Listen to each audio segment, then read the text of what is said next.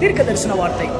தீர்க்கதரிசிகள், அப்போஸ்தலர், சுவிசேஷகர், போதகர், சபை போதகர், 50 வருஷ விசுவாசி, 3 தலைமுறை விசுவாசி, நேற்று ரட்சிக்கப்பட்டு சர்ச்சுக்குள்ள வந்தவங்க எல்லாரும் சோர்ந்து போகிற ஒரே ஏரியா என்ன அப்படின்னா, கர்த்தர் எனக்கு ரொம்ப நாளாக ஜெபம் பண்ணுறேன், கர்த்தர் எனக்கு எதுவுமே செய்ய மாட்டேறாரு.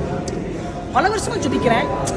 நல்லா தெரிஞ்சுக்கோங்க, தேவப்புள்ள வாழ்க்கையில் சாத்தான் எங்கே வந்து தன்னுடைய பிளாட்ஃபார்மை போட்டு வேலை செய்வான் அப்படின்னா, உனக்கு கர்த்தர் எதுவுமே செய்யலை அந்த ஒரு விஷயத்தை சொல்லி தான் சோர்வாக்குவான்.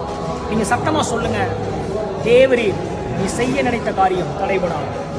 சொல்லுங்கள், ஒரு 7 தடவை கன்ஃபஸ் பண்ணுங்க, தேவரே என் வாழ்க்கையில் செய்ய நினைத்த காரியம் தடைபடாது சொல்லிக்கிட்டே இருங்க.